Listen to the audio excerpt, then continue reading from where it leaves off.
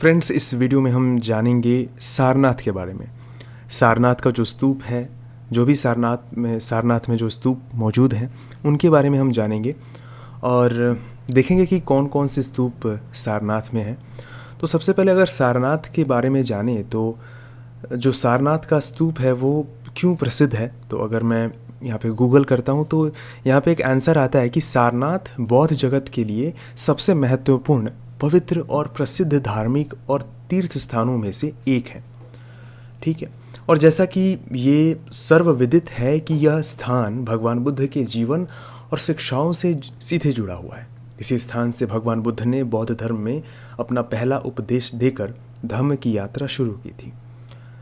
और सारनाथ के बारे में हम बात करें तो सारनाथ के बारे में कुछ इस प्रकार से बताया गया है कि सारनाथ भारत के उत्तर प्रदेश राज्य के वाराणसी जिले के मुख्यालय वाराणसी से लगभग 10 किलोमीटर पूर्वोत्तर में स्थित प्रमुख बौद्ध तीर्थ स्थल है। ये एक प्रमुख बौद्ध तीर्थ स्थल है। ठीक है, ज्ञान प्राप्ति के पश्चात भगवान बुद्ध ने अपना प्रथम उपदेश यहीं दिया था। जब उनको ज्ञान प्राप्ति हुई थी, भगवान बुद्ध को जब ज्ञान प्राप्ति हुई थी तो उन्होंने अपना प्रथम उपदेश यहीं पे दिया था, जिसे धर्म चक्र प्रवर्तन का नाम दिया जाता है। ठीक है, धर्म चक्र प्रवर्तन का नाम दिया जाता है। और जो बुद्ध मत के प्रचार प्रसार का आरंभ था, यहीं से जो बौद्ध मत थे, जो बौद्ध थे, उनके प्रचार की शुरुआत हुई, यहीं से उनका प्रचार आरंभ हुआ था।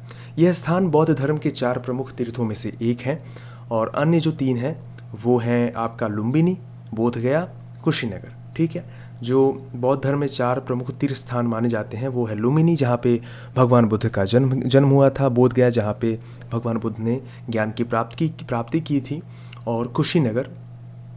ठीक है, तो यहाँ पे महापरिनिर्वाण हुआ था, यानी इन्होंने अपने शरीर को त्यागा था, यहाँ पे महापरिनिर्वाण हुआ था। इसके साथ ही सारनाथ का भी बहुत महत्व प्राप्त है। जैन ग्रंथों में इसे सिंहपुर कहा गया है। ठीक है, सारनाथ में अशोक का चतुर्मुख सिंह स्तंभ, भगवान बुद्ध का मंदिर, धार्मिक स्तूप, चौखंडी स्तूप, राजकीय संग्रहालय, जैन मंदिर, चीनी मंदिर, बुलंग धकुटी और नवीन विहार इत्यादि दर्शनीय है। भारत का राष्ट्रीय चिन्ह यहीं के अशोक स्तंभ के मुकुट की द्विमीय अनुकृति है और मुहम्मद गौरी ने सारनाथ के पूजा स्थलों को नष्ट कर दिया था। सन जो यहाँ पे दिया गया है आपका 1905 में पुरातत्व विभाग ने यहाँ खुदाई का काम प्रारंभ किया। उसी समय बौद्ध धर्म के अनुयायियों और इतिहास के विद्वानों का ध्यान इधर गया। ठीक है, वर्तमान में सारनाथ एक तीर्थ स्थल और पर्यटन स्थल के रूप में लगातार वृद्धि की ओर अग्रसर है। प्रबुद्ध सोसाइटी नेचुला जलालपुर गोपालगंज बिहार ने सारनाथ में जो प्रबुद्ध सम्मान समारोह प्रतिवर्ष कराती हैं। ठीक है, अब इसके बारे में थोड़ा जानते हैं, इसके परिचय के बारे में जानते हैं। तो सारनाथ में पहले यहाँ पे बहुत ही घना वन था। सारनाथ जो था यहाँ पे बहुत ही घना वन था, जंगल थे, है ना, और मृग विहार किया करते थे। उस समय इसका नाम ऋषिपतन और मृगदाय था। ज्ञान प्राप्त करने के बाद गौतम बुद्ध ने अपना प्रथम उपदेश यहीं पर दिया था। सम्राट अशोक के समय यहाँ बहुत से निर्माण कार्य हुए। ठीक है, तो सम्राट जो अशोक थे उनके समय में सारनाथ में बहुत से निर्माण कार्य हुए और जिनमें प्रमुख स्तूप भी हैं। आगे हम उसके बारे में जानेंगे। सिंहों की मूर्ति वाला भारत का राज चिन्ह सारनाथ के अशोक के स्तंभ के शीर्ष से ही लिया गया है। यहाँ का धामेक स्तूप सारनाथ की प्राचीनता का आज भी बोध कराता है। जो धामेक स्तूप है वो बहुत ही फेमस है। यहाँ पे विदेशी आक्रमण और परस्पर की धार्मिक खींचातानी के कारण आगे चलकर सारनाथ का महत्व कम हो गया था। मृगदाय में सारंगनाथ महादेव की मूर्ति की स्थापना हुई और स्थान का नाम सारनाथ पड़ गया। ठीक है, तो प्राचीन नाम इसका प्राचीन नाम था ऋषिपतन। ठीक है, हिरणों का जंगल, जिसको हिरणों का जंगल कहा जा सकता है। ऋषिपतन से तात्पर्य है ऋषियों का पतन। ठीक है, जिसका आशय है वो स्थान जहाँ की किसी एक बुद्ध ने गौतम बुद्ध भावी संबोधि को जानकर निर्माण प्राप्त किया था। मृगों के विचरण करने वाले स्थान के आधार पर इसका नाम मृगदाव पड़ा, जिसका वर्णन नृगोधमृग जातक में भी आया है।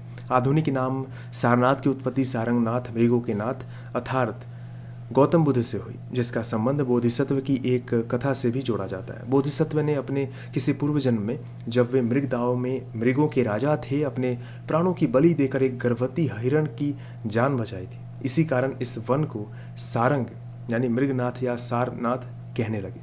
दयाराम साहनी के अनुसार शिव को भी पौराणिक साहित्य में सारंगनाथ कहा गया था और महादेव शिव की नगरी काशी की समीपता के कारण यह स्थान शिवोपासना के भी धर्मस्थल बन गया। इस तथ्य की पुष्टि सारनाथ में सारनाथ नामक शिव मंदिर की वर्तमान से होती है। ठीक है, इसके इतिहास के बारे में जानते हैं कि जो सारनाथ का इतिहास है वो एक्चुअली में क्या है। ठीक है, तो बुद्ध के प्रथम उपदेश यानी कि लगभग 533 ईसा पूर्व से 300 वर्ष बाद तक का सारनाथ का इतिहास अज्ञात है, क्योंकि उत्खनन से इस काल का कोई भी अवशेष नहीं प्राप्त हुआ।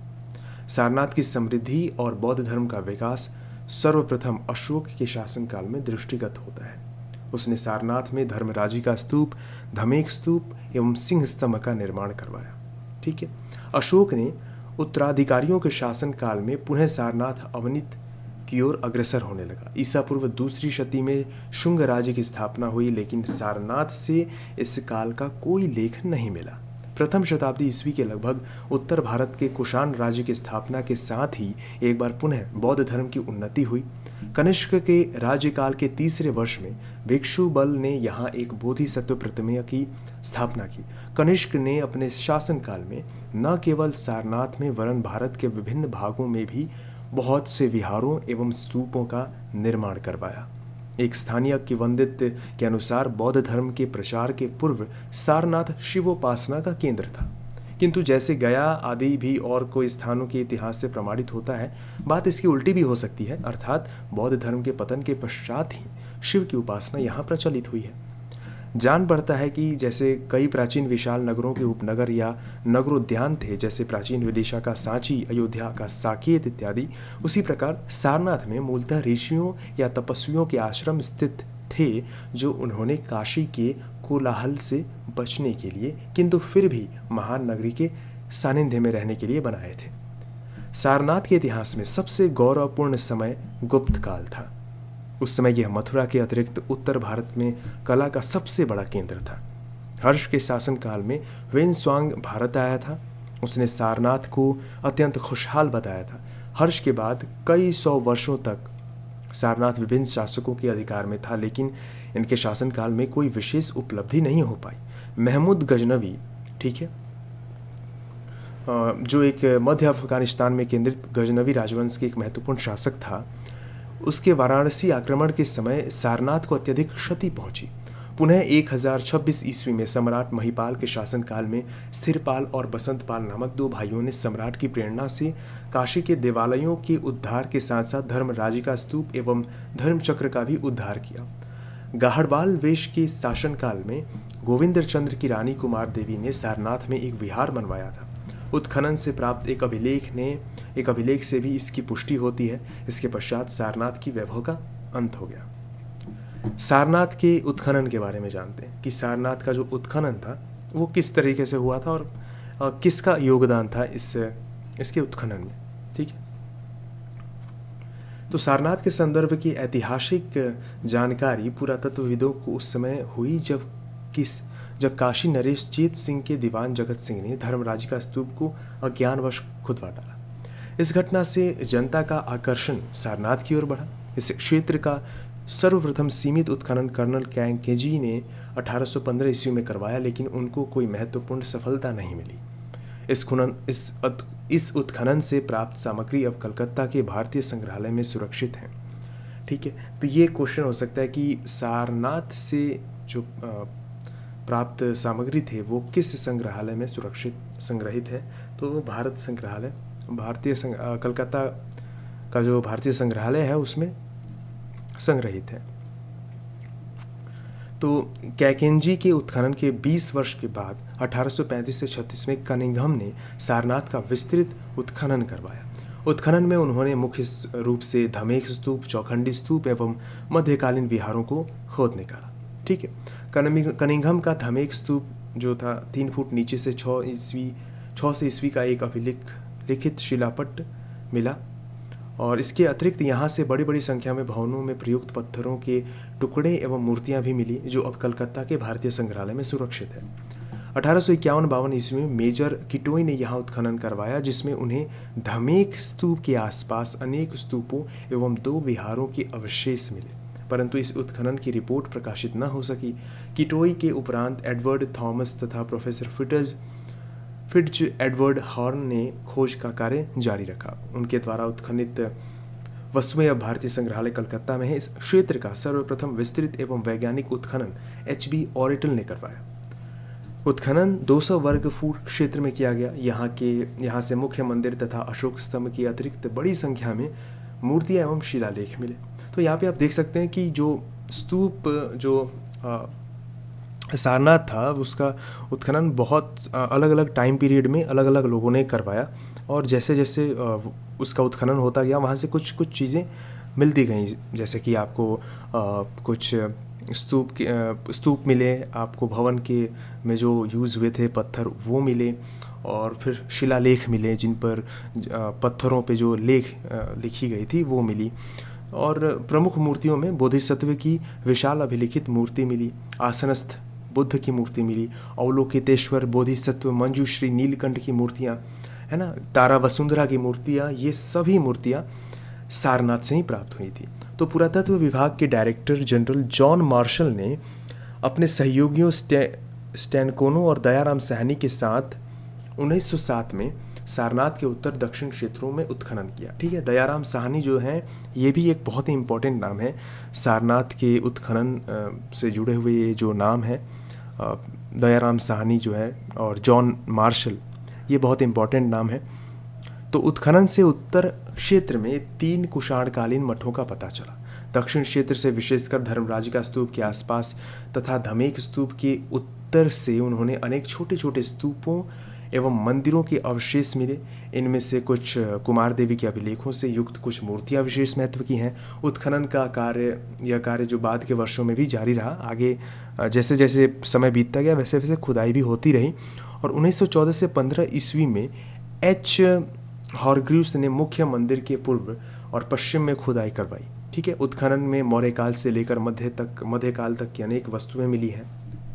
इस क्षेत्र का अंतिम उत्खनन जो है वो दयाराम साहनी के निर्देशन में 5 सत्रों तक चलता रहा। ठीक है, तो दयाराम साहनी, मैंने बताया था आपको कि ये एक इम्पॉर्टेंट नाम है सारनाथ से जुड़े हुए, सारनाथ के उत्खनन से जुड़े हुए। और धमेक स्तूप से मुख्य मंदिर तक के संपूर्ण क्षेत्र का उत्खनन किया।